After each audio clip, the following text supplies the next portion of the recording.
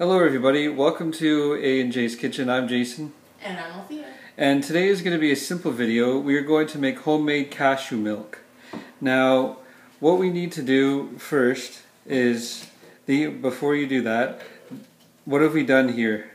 We have soaked 1 cup of cashews overnight in reverse osmosis water. And why do we use reverse osmosis water, and why do we soak it overnight? We soak it overnight so that the nuts can be soft enough to blend well into milk. And we use reverse osmosis water because there's a lot of funky stuff in water as we know it. A lot of toxins, a lot of pollutants. So reverse osmosis water removes all of those toxins and pollutants out of the water to make it as pure as possible to drink. Cool. And I guess we don't have to worry about the color of them here? No, this is perfectly normal. So these have been soaking for over 24 hours. And now, if I can go ahead and drain them. Sure. And what's the recommended time?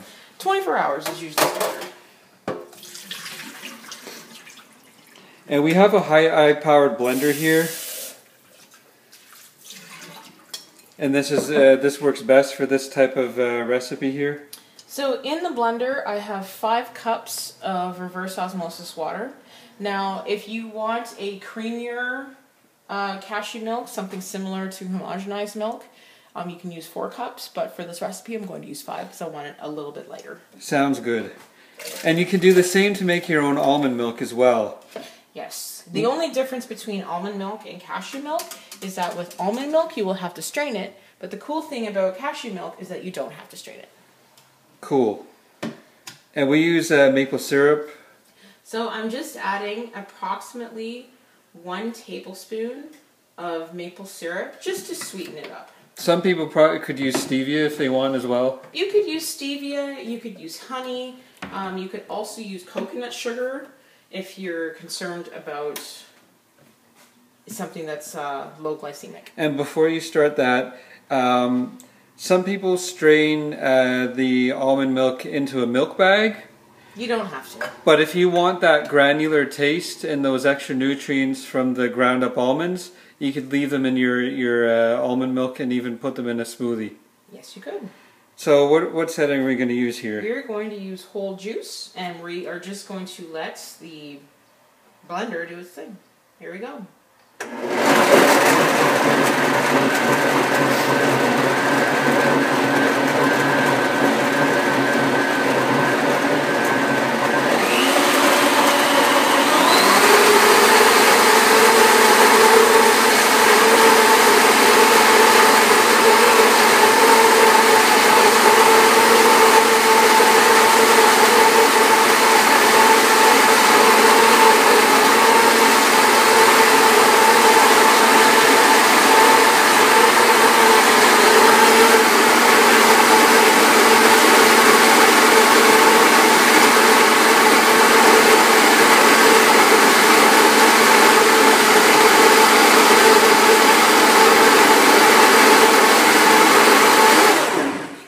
Now what I will do anytime I make a smoothie or almond or cashew milk, I'll actually have some reverse osmosis water ready in a bottle so I can pour it off the top, because what you'll see here is there's a good amount of it that gets stuck to the top like that.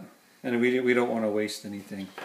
So you can see this has turned out, this looks almost identical to cow's milk. It has the same consistency, the same color. So we've made about 1.5 liters of cashew milk.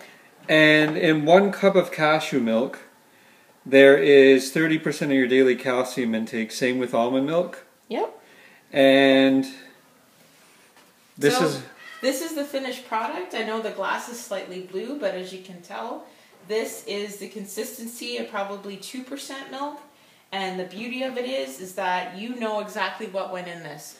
Water, cashews, and maple syrup. There are no additives, there are no preservatives. Processed sugar. Processed sugar, nothing. No GMOs. No GMOs either. So this probably cost about 75 cents to make for 1.5 liters.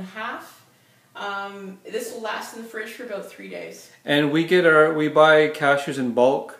you want to try and get them from a health food / bulk store. That way it's cheaper and you know that the nuts are good quality. Yep. Well, time to drink up.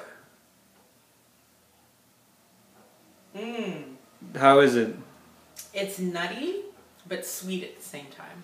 Well, we're all a little bit nutty.